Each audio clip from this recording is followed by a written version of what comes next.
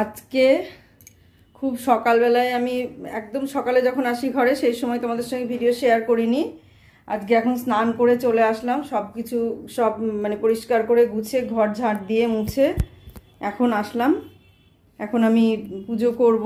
আজ বৃহস্পতিবারের বলে মানে লক্ষ্মী পুজো তো আর আমাদের নেই, সেই জন্যে যা পুজো আছে সেইগুলোই করব। বৃহস্পতিবারে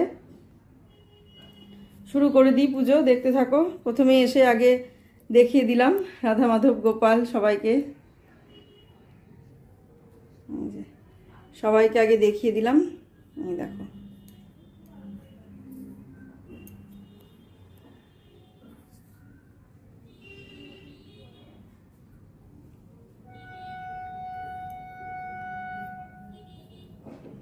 এবার এগুলো আগে সাজিয়ে নেব, প্রদীপ সব কিছু আগে রেডি করে নেব, তারপর জল শঙ্খ রেডি করে নেব। সব কিছু রেডি করে নিয়ে তারপর শুরু করব পুজো।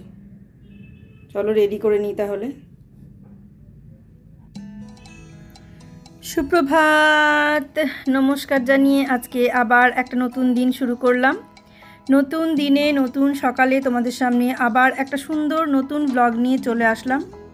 আমার ঘরে বাইরে লাইফস্টাইলে তোমাদের সবাইকে স্বাগত জানাচ্ছি। তোমরা এসো, দেখো সারাদিন আমি কি করছি। আশা করছি তোমরা নিশ্চয়ই ভীষণ ভালো আছো, আর আমি তো ভীষণই ভালো আছি। আর এই যে দেখছো, আমি পুজো শুরু করে দিয়েছি। কিছুদিন ধরে তোমাদের অন্য কোনো ব্লগ, ঘরের কোনো ব্লগ শেয়ার করতে পারছি না। আমি শুধু আমার প্রতিদিনের যে পুজোটা কিভাবে কি করি, প্রতিদিন এক একভাবে যে পুজোটা করি, সেই পুজোটাই তোমাদের সঙ্গে শেয়ার করছি। আজকে বৃহস্পতিবারে আমি যেভাবে পুজো করি, আমার গোপাল বাবাজি বা রাধা মাধবকে যেভাবে পুজো করি সেটা শেয়ার করছি। কিন্তু বৃহস্পতিবারে আমি গোপাল বাবাজিকে স্নান করাই, আজকে বৃহস্পতিবারে সেই স্নানটা করানো হলো না। আমি এই বৃহস্পতিবারের যে স্নান করাবো ভেবেছিলাম, সেটা আমি শনিবারে স্নান করিয়ে দেবো। কারণ বৃহস্পতিবারে পারলাম না করাতে, অন্যান্য দিকে একটু দেরি হয়ে গেল। সেই কারণে শনিবারে আমি গোপাল বাবাজিকে স্নান করাবো। আর এই শিবের মাথায় তো জল প্রতিদিনই ঢালা হয়, মহাদেবকে স্নান তো প্রতিদিনই করানো হয়, এটা কোনো দিনই বাদ যায় না। তো সেই কারণে আমি মহাদেবের স্নান করিয়ে নিয়ে তারপরে আমি অন্যান্য সমস্ত কিছু রেডি করে নেব। এদিকে একটুখানি মানে ফুল দেওয়াই আছে, সেই ফুলের ওপরে মানে মেঘাটা স্নান করে ফুল দিয়েছিল মহাদেবের চরণে, সেই ফুলগুলো তো আর ফেলা যাবে না, সেই জন্য ফুল না ফেলে ওই ফুলের পাশেই আমি মহাদেবকে স্নান করিয়ে তুলে দিলাম। আর বুবাই অফিস যাওয়ার সময় বা যখনই হোক, বুবাইও মহাদেবের মাথায়, শিবের মাথায় জল ঢালে। ও একটু শিবের ভক্ত, লোকনাথ বাবার ভক্ত বেশি, সেই কারণে ও শিবের মাথায় প্রত্যেক দিন জল ঢালবে। ওটা ওর মানে কি জানি না, ওর অভ্যাস না নিয়ম না ভালো লাগা ভালোবাসা সব কিছু তো আছেই, নাহলে কেনই বা এটা করবে। এবার ধূপকাঠি আর প্রদীপ এগুলো সমস্ত রেডি করে নিয়ে তারপরে আমি একে একে পুজো করব। তো কিছু ধূপকাঠি, কিছু ধূপ, কিছু চন্দন, এগুলো আমার একটু কেনার ইচ্ছা আছে, এগুলো কিনে নিয়ে আসব।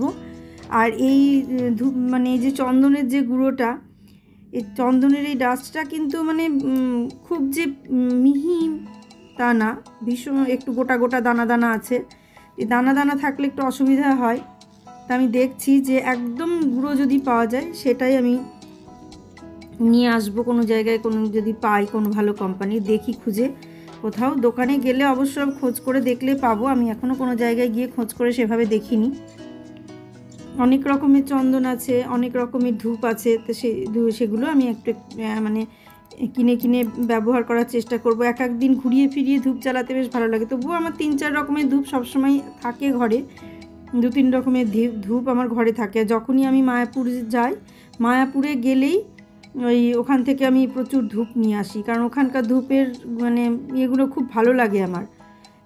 আর অনেকগুলো করে কাঠিও থাকে, হয়তো দামটা একটু বেশি নেয়, কিন্তু জিনিস ভীষণ ভালো থাকে। সেই জন্য আমি মায়াপুরে গেলে ধূপকাঠি নিয়ে আসি।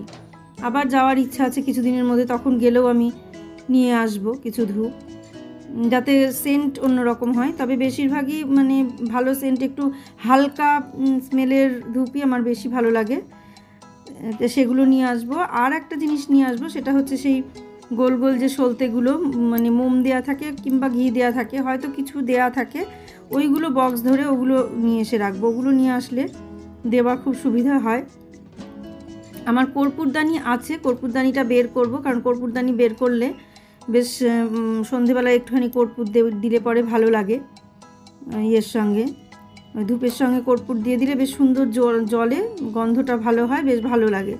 তো কর্পূর দেওয়ার ইচ্ছা আছে, সেই জন্য কর্পূরদানিটা বের করতে হবে, না হলে একটা কর্পূরদানি ছোট দেখে কিনতে হবে।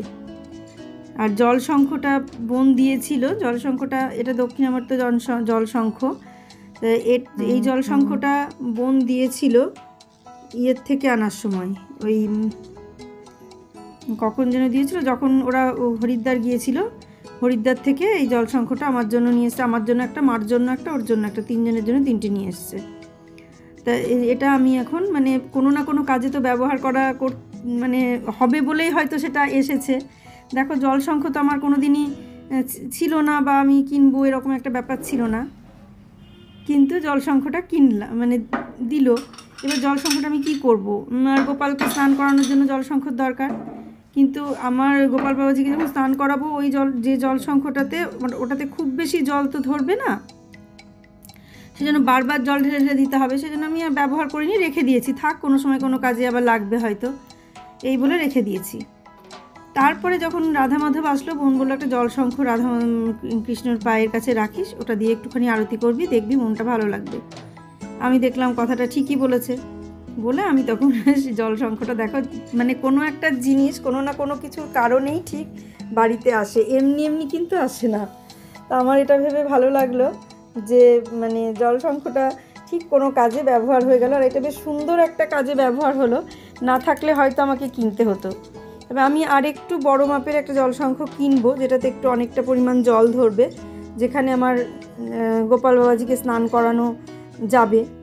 এই কারণে আমি একটা জলশঙ্খ কিনবো। আমি দাম করে এসেছি, দোকানে গিয়ে দেখে এসেছি কীরকম দাম সেটা জেনে এসেছি, কিন্তু আমি নিয়ে আসিনি, মানে সেটা যেদিন আবার মানে হবে আর কি, সেদিন আবার নিয়ে আসবো, হুট করে আনতে পারছি না। আর এই যে আম, এখন একটু ফলগুলো দিয়ে নিই, সব কিছু মোটামুটি রেডি হয়ে গেছে, যা ফল ছিল ঘরে সেই ফল দিয়েই পুজো দিয়ে নিচ্ছি। এখানে আমটা আমরা সেদিন বড়বাজারে গিয়ে কিনে নিয়ে এসেছিলাম, আমাকে খেতে বলেছিলাম যে না, বছরের প্রথম ফল, আমি আগে ঠাকুরকে দেবো তারপর খাবো। এই ব্যাপারগুলো মাথাতে কোনো দিন ছিল না যে আগে ঠাকুরকে দেবো তারপর খাবো, আগে আমার রাধা মাধব গোপাল বাবাজি গুরুদেব এদেরকে আগে দেবো তারপর আমি খাবো, এই ব্যাপারটা কোনো দিনই মাথায় ছিল না। কিন্তু এখন কেমন যেন যেই কিনলাম, বললাম না, যে কোনো জিনিস বাজারে যেটাই কিনতে যাচ্ছি, যেটাই করতে যাচ্ছি, আমার সবসময় যেন মনে হচ্ছে যে আগে এটা করি, আগে ওটা করি, তা আগে ঠাকুরের জন্য করি তারপর আমার জন্য, এই জিনিসটা মাথায় এসেছে। জানি না এটা ভালো না খারাপ, মানে মানে কতটা কি মানে কিসের লক্ষণ এটা সেটা আমি জানি না, তবে মনের মধ্যে এই জিনিসটা এসেছে যে আগে তাদের জন্য তারপর আমার জন্যে, মানে একটা শক্তি কাজ করছে, হয়তো সেটাই ভগবান, হয়তো তিনিই রাধা মাধব। এই যে আমার মানে একটা শক্তি, একটা মনের জোর, মনের সাহস, ভরসা, সব কিছু মনে হচ্ছে যেন আমি পাচ্ছি। তো এই যে ভরসা, মনের জোর, একটা শক্তি, একটা শান্তি, সব কিছুই মিলেই যেটা, সেটাই আমার মনে হয় ঈশ্বর বা ভগবান। আর এটা সেই কারণেই হয়তো তিনি হয়তো আমাকে এই সমস্ত সাহস, ভক্তি, ভরসা সব কিছু দিচ্ছেন, যে মানে তার কাছে থাকার জন্য, তার সেবা দেওয়ার জন্যে। তবে সেবা তিনি নিচ্ছেন বলেই আমি দিতে পারছি, না নিলে আমি পারতাম না দিতে, কারণ এতটা মানসিক জোর আমার সত্যিই কখনো ছিল না। যারা আমার নিজের মানুষ, কাছের মানুষ, তারা জানে যে আমি কতটা মানে এইসব থেকে কতটা বিরত থাকতাম। তার মানে এমন নয় যে আমার মনের ভেতরে ভক্তি ছিল না বা মনের ভেতরে ইচ্ছা ছিল না, সেটা নয়। তবে আমি কতটা বিরত থাকতাম এগুলোর থেকে, আমার মনের মধ্যে অন্য জিনিস ছিল, সেটা এখনও আছে, যে শুধু এই করলেই যে মানে এত কিছু করলেই যে সাধনা হয় বা ভজনা হয় বা ভক্তি হয়, এটা না, মানে সব কিছু একটা আলাদা আলাদা জিনিস, এরকম আমার মনে হতো। সেটা এখনও আছে, যে এটার সঙ্গে ওটাও করতে হবে, সেই জিনিসটা আমার এখনও মনে আছে, মাথায় আছে, সেটাও আমি মানে শুধু যে পুজোটাই আমি করি তা নয়, তার সঙ্গে আরও অনেক কিছু আনুষাঙ্গিক করি, যেগুলো এখানে বলা সম্ভব না, আর সেই কারণে হয়তো বলছি না। কিন্তু শুধু যে পুজো করি তাও নয়, তার সঙ্গে আরও আনুষাঙ্গিক অনেক কিছু আমি করি। জানি না সেগুলো হয়তো অনেকে শুনে বলবে যে বেশি ভাব বেশি জ্ঞান এরকম বলবে, কিন্তু ভাব বা ভক্তি বা জ্ঞান কতটুকু আমার আছে আমি জানি না, আর আমার ভক্তি আছে কিনা আমি তাও জানি না। তবে এগুলো করে যাচ্ছি, ভালো লাগছে করতে, মন থেকে চাইছে যে না এটা করি, সেই জন্য আমি এটা করছি। মা সেদিন বলছে যে তোকে এত বলতাম দেখলি তুই কোনো দিন এগুলো করতিস না, এখন তো বেশ করছিস, এগুলো খুব ভালো লাগছে দেখতে আমাদের, তাই বলছে মা বলছে কালকে আগের দিন ফোন করে আমাকে বলছে যে এগুলো করছিস দেখতে খুব ভালো লাগছে। মানে মা চাইতো যে আমি এরকম পুজো আর্চা করি, এরম করি, এই করি সেই করি, এটা মা চাইতেন, কিন্তু আমি কখনো এটা করতাম না, কখনো না, কোনো দিন না। শুধু মা কেন, আমার আশেপাশের পরিচিত আমার বান্ধবী, মানে আমার যারাই আছে তারা প্রত্যেকে জানে যে এই জিনিসটার প্রতি আমি অত মানে অত যোগাযোগ ছিল না আমার এগুলোর সঙ্গে, আমি এগুলোর সঙ্গে অত যুক্ত ছিলাম না, এগুলোকে আমার আড়ম্বর মনে হতো। কিন্তু এখন আমি আবার এই জিনিসটা করছি, সেটা দেখে আমার মা খুব খুশি, ভীষণ খুশি। আর প্রতিদিন নিয়ম করে যে সকালে স্নান করে এসে পুজোটা করে নিচ্ছি অন্য কাজের আগে, এটাতে আমার মা ভীষণ খুশি। কালকে ফোন করে বলছে যে এত ভালো লাগছে, তোকে এতদিন ধরে বলতাম তুই কোনো দিন এগুলো করতিস না, দেখ তো আজকে কত ভালো লাগছে। তখন আমি মাকে বললাম যে মা আমি তো এখন বাচ্চা নই। বলছে না তুই ছোটো থেকেও, মানে ছোটোতে বললেও তো তুই করতিস না, জোর করে বলে পুজোটা যদি করানো হতো তো জোর করে, কিছুতেই তুই এগুলো করতিস না। তখন আমি বললাম যে দেখো জোর করে হোক যেভাবেই হোক, নিজের মন থেকে না চাইলে এত বড় মানুষকে কি বলে করানো যায়? তুমি যে আমাকে বলবে এটা দিয়ে আমি কদিন করব? জোর করে বলে ধাক্কা মেরে আমি একদিন করব, দুদিন করব, 7 দিন করব, 10 দিন করব, তারপর আমার তো ভালো লাগছে না, আমার তো ওইভাবে মানে পুজো করতে ইচ্ছে করছে না, তাহলে তুমি কি করে আমাকে করাবে? এখন তো তোমাকে বলতে হচ্ছে না, দেখো এখন আমার মন থেকেই চাইছে যে না আমি এগুলো করি, তো মন থেকে চাইছে বলে আমি সেটা করছি। এটার মধ্যেও আমি আনন্দ খুঁজে পাচ্ছি, এটার মধ্যেও আমি ভালো লাগা খুঁজে পাচ্ছি, এটার মধ্যেও আমি মানসিক শান্তি পাচ্ছি, তাই আমি করছি। তাই বলে কখনো কোনো কিছু হয় না, নিজের ইচ্ছা না থাকলে নিজের আবার সেই ইচ্ছাটার সঙ্গে ভালো লাগা থাকতে হবে, ভালোবাসা থাকতে হবে, তবেই। আমার এই ইচ্ছেটার সঙ্গে এখন ভালো লাগা, ভালোবাসা, মানসিক শান্তি, আত্মার তৃপ্তি সব কিছু আমি এর মধ্যে এখন খুঁজে পাচ্ছি। সেই জন্য আমি এখন নিজের থেকেই বসছি, আমাকে আর কেউ বলছে না যে ফুল আনতে হবে কি কিছু, কাউকে কিছু বলতে হচ্ছে না, দরকার হলে নিজে গিয়ে নিচ থেকে ফুল নিয়ে চলে আসছি। এটা আমি স্বপ্নেও ভাবে আমি নিজে নিচে যাব বা একটু দূরে যাব, হেঁটে গিয়ে আমি ঠাকুরের জন্য ফুল নিয়ে আসব কিনে, তারপরে প্রসাদ কিনে নিয়ে আসব, নিয়ে এসে আমি ঠাকুরকে পুজো দেব, এটা আমি কখনো ভাবিনি। এই দেখো ঘন্টা বাজিয়ে একটু আরতি করে নিচ্ছি, কেমন লাগছে তোমাদের বলবে। আমি আগের দিনও বাজিয়েছিলাম, কিন্তু আগের দিনের থেকে আজকে মনে হয় একটু বাজাতে পারছি। এই ঘন্টা বাজিয়ে একটু আরতি করছি। বৃহস্পতিবারে নাকি ঘন্টা বাজাতে হয় না, তা শুনলাম, কিন্তু আমি তো জানতাম না। এরপরে বৃহস্পতিবার থেকে আর ঘন্টা বাজাবো না, মা লক্ষ্মী নাকি পছন্দ করেন না, বাজাবো না এবার থেকে বৃহস্পতিবারে ঘন্টা। জানা থাকলো, যে কোনো জিনিস না জানলে তো মানে বোঝা যায় না। প্রদীপের থালাটা দেখো, আমি তখন খেয়াল করিনি, ঘন্টা বাজাতে বাজাতে এতটাই মত্ত ছিলাম, মানে ঘন্টা আরতির থালা এমনভাবে চলছে আমি খেয়াল করিনি। পরে মানে খেয়াল করে দেখো ঘুরিয়ে নিলাম, যে প্রদীপের মুখটা অন্যদিকে ঘুরে গেছে, পূর্ব দিকে নেই, নিয়ে আবার পূর্ব দিকে ঘুরিয়ে নিলাম। ঠাকুর আমার মানে আমি দাঁড়িয়ে পুজো করছি, এটা পূর্ব দিকেই মুখ করেই করছি, আর ঠাকুর আছে পশ্চিম দিকে মুখ করে। আমার আগে উল্টো দিকে ছিল, এখন ঠিক দিকে আছে।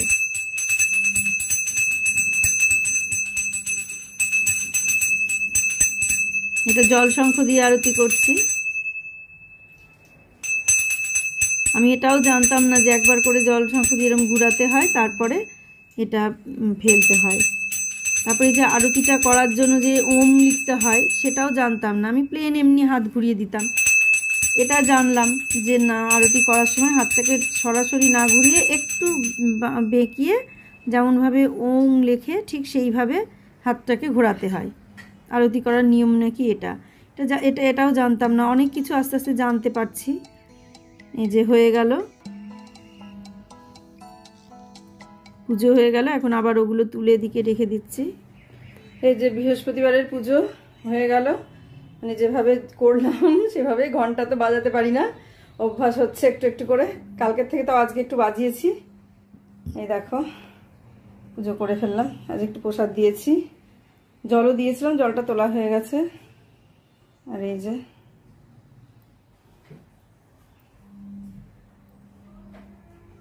সবাই তোমরা দেখো কেমন লাগে জানিও।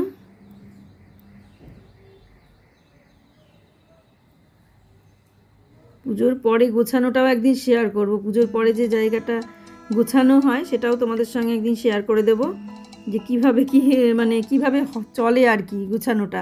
এখন আমাদের সেকেন্ড রাউন্ড চা চলছে। এই দেখো চা নিয়ে চলে এসেছি, প্রত্যেকদিন যেটা হয়, এই যে চা নিয়ে চলে এসেছি, সেকেন্ড রাউন্ড চা। আর এই চায়ের সঙ্গে আজকে ভিডিওটা শেষ করে দেব। আজ দেখলে আজকে সকাল থেকে সেরকমভাবে কিছু শেয়ার করিনি তোমাদের সঙ্গে, শুধু পুজোটাই শেয়ার করলাম। আর ঘরের কাজটা সামনের দিন থেকে শেয়ার করব। ঘরের কোনো কাজই তোমাদের সঙ্গে শেয়ার করা হচ্ছে না, কারণ পুজোটা শেয়ার করতে করতে ব্লগ এত বড় হয়ে যাচ্ছে যে আর কোনো কিছুই শেয়ার করা যাচ্ছে না। তাই আজকের মতো এখানেই শেষ করে দিচ্ছি। তোমরা সবাই ভালো থেকো, সুস্থ থেকো, সাবধানে থেকো। সামনের দিন একটা সুন্দর নতুন ব্লগ দেখার অপেক্ষায় থাকো। আজকে আসছি তাহলে।